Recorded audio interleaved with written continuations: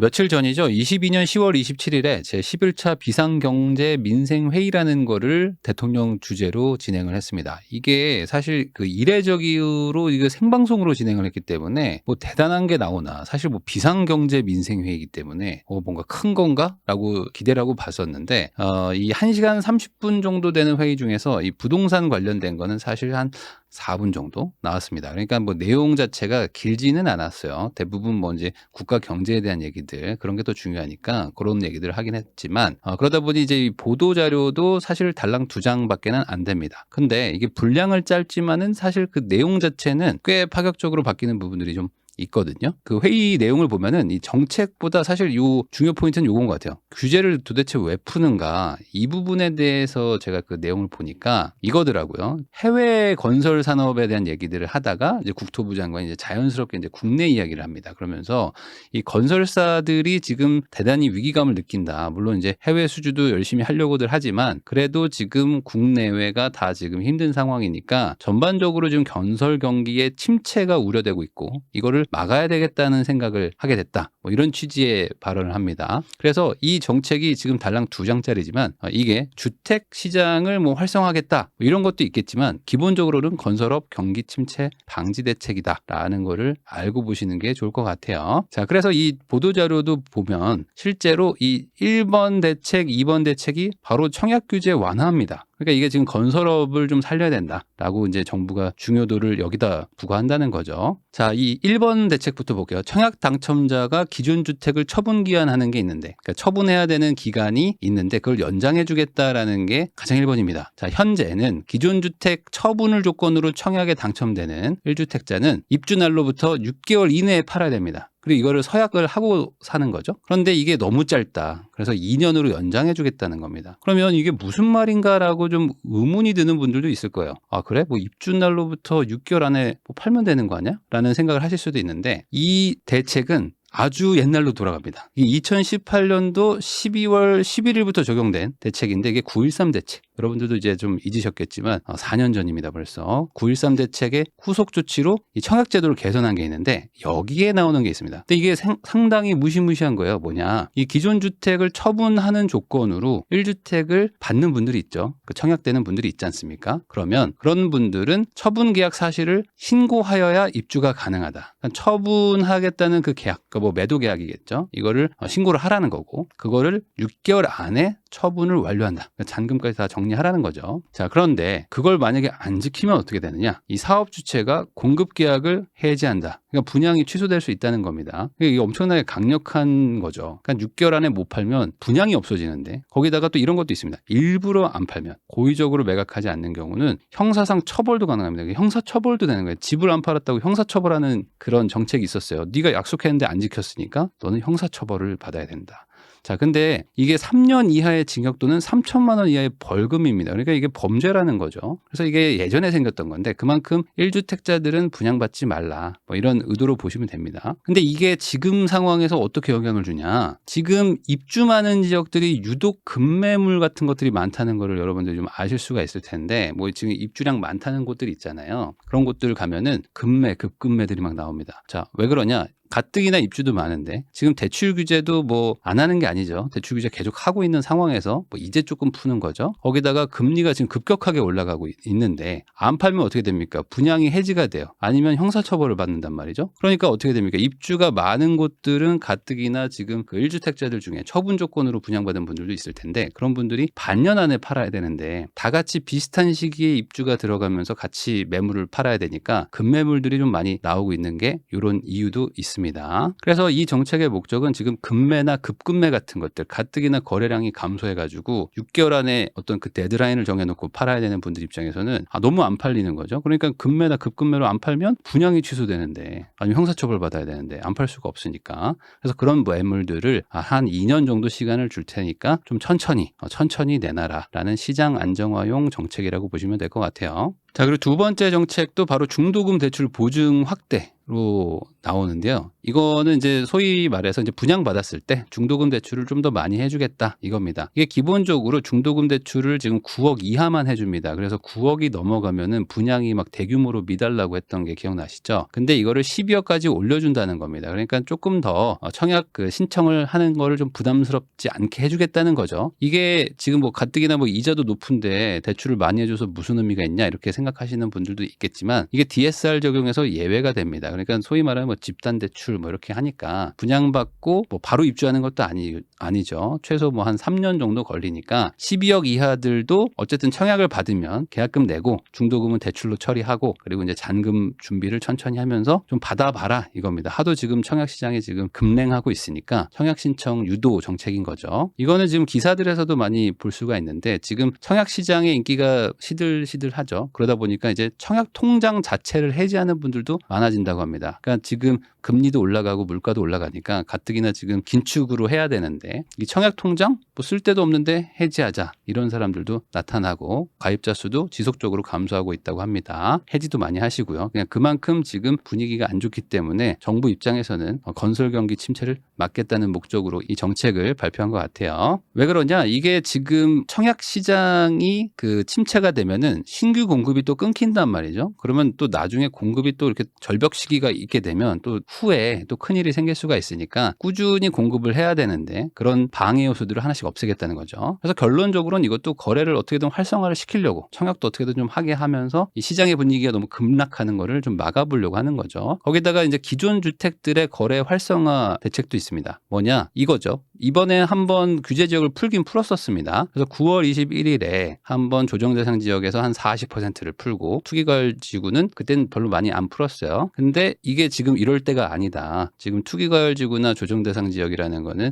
집값이 급등하거나 폭등하는 거를 막으려고 했던 정책인데 지금 뭐 금리 인상도 뭐 강하게 오고 있고 아직 끝나지 않았죠. 그러니까 지금 집값이 올라가는 분위기가 전혀 아닌데 이게 규제가 더 있으면 안 되겠다 해서 이번에 회의 때 원희룡 국토부 장관의 말입니다. 11월 중으로 그 규제 지역 해제될 지역들이 많이 대기하고 있다. 이렇게 얘기를 한 걸 보면은 아마 거의 뭐 한 반 이상 풀지 않을까라는 느낌일 것 같아요. 자, 그래서 지금 뭐 인천이나 김포 같은 곳들 뭐 그리고 뭐 다른 지자체들도 아니 우리 지역 이제 풀어라 이제 그만해라 이거 규제할 이유가 없다라고 막 여러 지자체들에서 규제 해제를 요구하고 있는데 이 그림에서도 보시면은 저번에 뭐 파주 한번 풀리고 평택 안성 풀린 것처럼 아마 요 외곽 지역들은 꽤 많이 풀리지 않을까라고 생각이 들고 그리고 지금 이 투기 과열 지구들도 꽤 많이 지금 등급을 낮춰주거나 아예 다 풀어버리거나 이럴 수도 있을 것 같아요. 물론 과거의 사례상 이 서울을 건드리는 거는 이제 최대한 좀 조심스러울 것 같고 특히 이 강남 3구 쪽은 어떻게든 안 풀었던 전례가 있긴 한데 여기까지 뭔가 풀기에는 좀 정치적인 부담은 있겠지만 그래도 경기권의 꽤 많은 지역들이 아마 비규제 지역이나 투기과열지구가 조정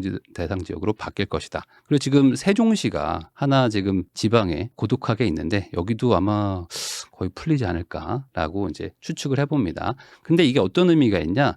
법을 바꾸지 않아도 다주택자들 규제가 상당수 풀리는 효과는 있습니다. 이 말 그대로 이제 조정 대상 지역이 아니라는 거는 비규제 지역, 그러니까 규제가 없다는 거죠. 그러니까 과거로 돌아가는 겁니다. 그러니까 규제가 없으니까 당연히 규제는 대부분 다주택자들 대상으로 했는데 다주택자들 규제가 같이 풀려버립니다. 그래서 뭐 LTV도 막 늘어나고 다주택자도 주담대가 막 나오거든요. 뭐 40% 이렇게 막 나오는 게 있어요. 물론 DSR 따지지만 그리고 뭐 양도세 완화를 뭐 지금 일시적으로 하고 있지만 이런 지역들은 또 양도세 중과에서 또 주택수에서 빠지기도 하고 또 종부세도 또 세율도 낮아지는 효과도 받는 분들도 있어서 전반적으로 다주택자 규제가 같이 풀리는 거다라고 보시면 됩니다. 그래서 이 의도는 뭐냐? 결국에 이 시장이 지금 안 좋잖아요. 안 좋고 분위기가 완전 침체로 가는 상황에서 정부가 결국 다시 의지할 곳은 투자자나 고소득자들한테 손길을 내미는 것이다.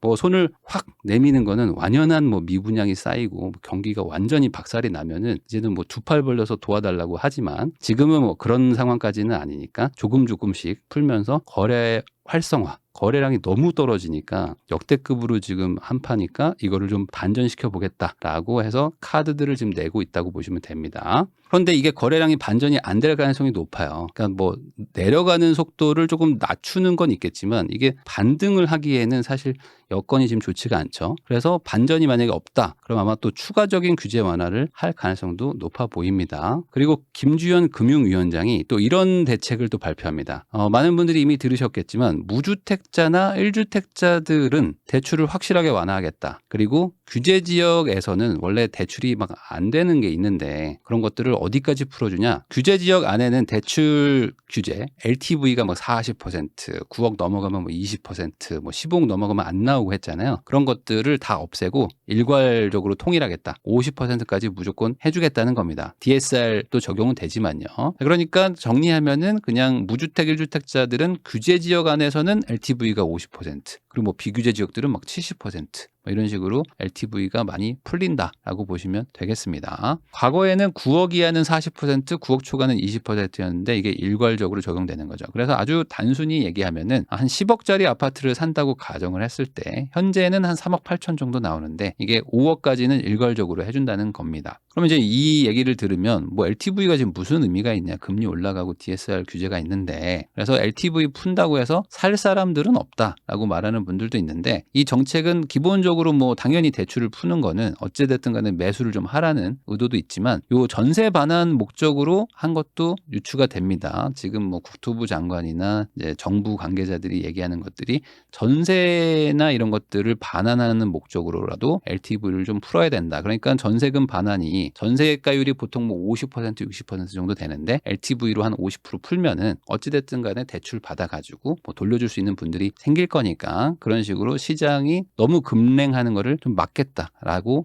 생각해서 정책들을 발표하는 것 같아요. 그래서 이게 지금 LTV가 50%를 만약에 풀어주면 물론 당연히 이것도 DSR을 따집니다. 주담대니까. 근데 어느 정도 반환할 수 있는 금액대가 나올 거고요. 그리고 지금 반대로 금리 때문에 전세 수요는 많이 내려가지만 월세 수요가 또 지금 급등하고 있죠. 그러니까 이 월세 수요 높은 지역들은 요 대출 반환하면서 월세로 전환하거나 아니면 본인이 뭐 실거주하거나 하면서 그 시장의 충격을 안 주는 방향으로 하려는 게 아닌가 싶어요. 이 급등을 하는 것도 사실 정부는 부담스럽지만 급락하는 것도 정부는 부담스럽거든요. 정부는 그냥 천천히 완만하게 크게 뭐 문제 안 되고 다들 그냥 돈 모아서 살 수 있는 정도의 속도로 천천히 상승하는 걸 가장 바라기 때문에 그냥 물가 상승률 정도. 근데 이게 급등하는 것도 당연히 그동안 막 시끌시끌했지만 급락하는 것도 반대로 정부가 뭐 세금이나 이런 것들이 문제가 생기기 때문에 전반적으로 그냥 시장 안정화 정책을 추구했다고 보면 될 것 같습니다. 거기다가 또 요것도 또 바꿨어요. 15억 초과 아파트는 2019년 12월 16일부터 정확하게는 17일부터인가? 그때부터 아예 아파트는 대출이 0%다. 투기과열지구. 그러니까 뭐 서울이라고 보면 그런 데들은 이제 아예 대출이 안 됐었는데 여기도 무주택자와 1주택자 한해서는 LTV를 50%까지 풀어주겠다라는 겁니다. 그래서 이걸 단순 계산하면 30억짜리 반포 아파트가 있다. 그러면은 15억까지 대출은 그냥 해주겠다는 겁니다. 자, 그러면 이게 숫자가 너무 크다 보니까 요즘 같은 뭐 금리 인상기에 누가 15억을 빌려가지고 집을 사냐라고 생각하시는 분들도 많을 텐데 사실 근데 이게 다 빌릴 필요는 없죠. 이게 0%에서 어쨌든 50%까지 여유치를 두었다는 게 사실은 의미가 있는 겁니다. 이 15억 초과 아파트, 그러니까 뭐 한 20억대 정도 되는 아파트는 사실 급여가 낮으면 그냥 뭐 금리를 떠나서 살기가 좀 힘듭니다. 워낙 좀 집값 자체에 뭐 15억, 20억을 태운다는 게 어렵죠. 그래서 그런 집들은 전월세 임차인 분들도 상대적으로 좀 고소득이거나 뭐 직장이 좀 탄탄하거나 안정적이시거나 아니면 자산가 분들이 좀 많죠. 그래서 어느 정도 자산도 있는데 뭐 전세나 월세를 일부러 사는 분들도 계시고 그러니까 대출 없이 사는 분들도 좀 많아서 이런 분들을 대상으로 이 LTV 50%다 써라 이 말이 아니라 뭐 조금 모자라는 거 있으면 조금 몇 억 더 넣어가지고 매수를 좀 해라. 그러니까 이것도 결국에는 거래 활성화 시장 안정화 목적으로 발표를 한 겁니다. 과거에는 막 급등하기 때문에 대출을 막아야지 안 그러면 속도가 너무 가팔라졌는데 지금은 안 살려고 하니까 대출을 풀어서라도 좀 사라는 거죠. 그러니까 이것도 거래 활성화 목적이다. 자, 그럼 이렇게 규제 지역 해제와 대출 규제 완화를 미리 해놓는 이유는 뭘까요? 어쨌든 이 규제라는 건 사실 정부가 또 하면 그만이거든요. 그러니까 그러니까 우선은 좀 풀어주고 그다음에 상황을 좀 지켜보자. 상황이 완전히 침체로 돌아서면은 그걸 회복시키는 게 더 어렵기 때문에 지금 속도 조절을 좀 해놓으려고 하는 겁니다. 그러면 이렇게 정책들이 나오면 시장 분위기가 반전이 될까? 사실 시장 분위기의 반전은 결국에 이 다주택자들에서 시작이 되거든요. 결국에 좀 돈이 많거나 아니면 좀 투자 여력이 있거나 아니면 투자 마인드가 좀 센 사람들 있죠. 그런 분들이 사실 이런 하락에서 반전할 때 투자를 들어가는데 일반적인 무주택자나 1주택자 분들, 그러니까 실수요자들이 들어가기는 사실 분위기가 무섭단 말이죠. 그럼 이런 상황에서는 다주택자 규제를 풀어줘야 되는데 이 취득세도 사실 아직 중과가 그대로 됩니다. 그리고 종부세도 바뀐 게 없어요. 그러니까 사실 다주택자 분들 입장에서는 취득세를 뭐 12%, 13% 내고 거기다 또 사자마자 종부세가 또 늘어나는 이 상황에서 지금 시장에 들어가기는 아직은 어려운 상황인 거죠. 그래서 지금 이 정책의 수혜는 결국에 무주택이나 유주택의 고소득자 아니면 많은 현금 보유자 정도일 텐데 이 정도로는 거래 활성화는 좀 한정적으로 보이고요. 그리고 제가 지난 영상에서도 설명을 드렸지만 사실 지금 순서는 1번이 먼저고 그 다음이 2번입니다. 그래서 아마 이제 금리 인상 속도의 변화가 오고 거래 활성화 대책이 나올 것이다. 그러면 그때 시장을 예측을 해보자 라고 제가 말씀을 드렸는데 지금 2번이 지금 먼저 나오고 있는 거죠. 근데 지금 1번은 바뀐 부분이 없어요. 지금 여전히 미국에서는 뭐 0.75, 뭐 0.75 뭐 이렇게 올리겠다라고 하고 있는 상황에서 어디까지 갈지도 모르니까 1번이 해결 안 된 상태에서 2번 활성화 대책으로 가지고는 좀 그 한계가 있다. 거기다 순서가 또 거꾸로기 때문에 결국에는 이 1번이 결정이 나면 인상 속도가 뭐 줄든지 멈추든지 해야 그때 2번의 정책 효과가 나타날 것이다 라고 보입니다. 뭐 지금 뭐 여러 가지 얘기들이 있어요. 아직은 소수 의견이긴 하지만 뭐 일본에서 지금 미국 정책에 반발을 하고 있다. 일본이 지금 미국 국채 제일 많이 가지고 있는데 이렇게 지금 금리 계속 올리면 우리가 국채 팔아버릴 수도 있다. 그럼 미국 국채가 가격이 폭락하게 되면은 미국 너네도 힘들 거다. 뭐 이런 식의 지금 얘기들도 좀 조금씩 나오고 있고요. 그리고 뭐 전 세계적으로 미국에 대해서 좀 볼멘 소리들이 나오고 있기 때문에 거기다 뭐 침체 시그널들도 있고 해서 뭐 아직까지는 소수 의견이지만 12월에는 피봇의 기대감이 있다. 뭔가 정책의 방향에 조금 변화가 있지 않을까라는 기대감도 있는데 뭐 기대가 실망이 될지는 아직 아무도 모르는 상황입니다. 지금 발표한 국내 규제들도 결국에 뭐 연말이나 뭐 내년 초에 풀겠다 하는 것들도 있어가지고 결국에 지금 뭐 11월, 12월에는 큰 대세의 변화는 없지 않을까. 다만 이 시장이 급냉하고 있는 거는 뭐 사실이고요. 지금 한 달 거래량이 막 급감하고 있습니다. 7월에 서울의 아파트가 1000건이 뭐 거래가 안 됐다 뭐 이런 얘기 나왔던 게 얼마 전인데 9월은 뭐 1000건 밑으로 내려가고요. 뭐 10월에는 뭐 지금 몇백 개 수준밖에 안 되는 수준으로 시장이 계속 급락하고 있기 때문에 아마 이 급냉하는 속도만큼 정책 변화도 빠르게 되지 않을까 싶습니다. 이건 왜 그러냐? 제가 그 회의를 봤는데 이 정부 관계자들이 규제 완화를 하겠다는 거는 명확하게 그 의지를 보여줬거든요. 그러니까 지금 정부는 어떻게든 시장을 살리려고 하고 이 의지가 되게 높기 때문에 한두 달 정도 기다려 보면은 조금 더 방향성이 명확해질 것 같습니다.